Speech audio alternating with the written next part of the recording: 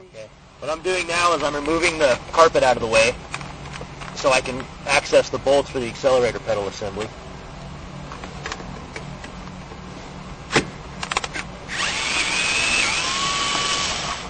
Just two 10mm bolts and a 5-pin connector.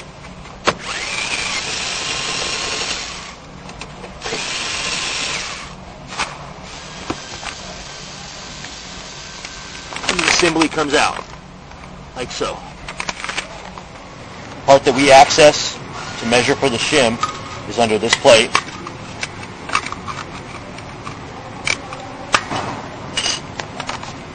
Okay, and where we measure is this stopper right here to the back of this housing. And that's the clearance that we need to take up with these shims. So I'll measure down in there, take a measurement with the micrometer. So 1.34, and we have a chart that tells us, based on the clearance that we measure, so 1.1 to 1.4 would take a 2.3mm shim. How tiny that shim is. Yeah. So then what we do is we pry down the stopper, slide the shim into place behind the ridge. Then we have to go from this side and kind of seat it against there so it's seated.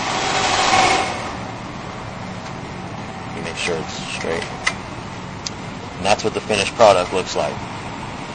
What that shim does is it creates extra spring tension on the return spring in here. So when the pedal is at full travel, it's harder for it to get locked in the stuck open position. So that's like a little shim that creates more spring tension.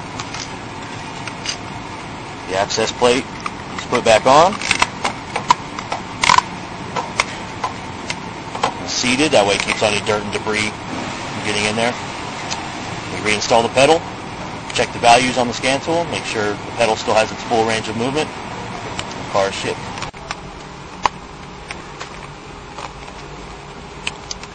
And it might be hard to see as I do this part because I have to get kind of far into it.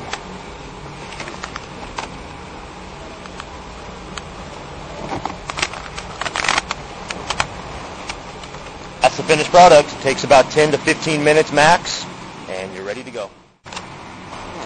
Now I'm going to go test drive this vehicle to ensure the drivability is still the same as it was when it came in.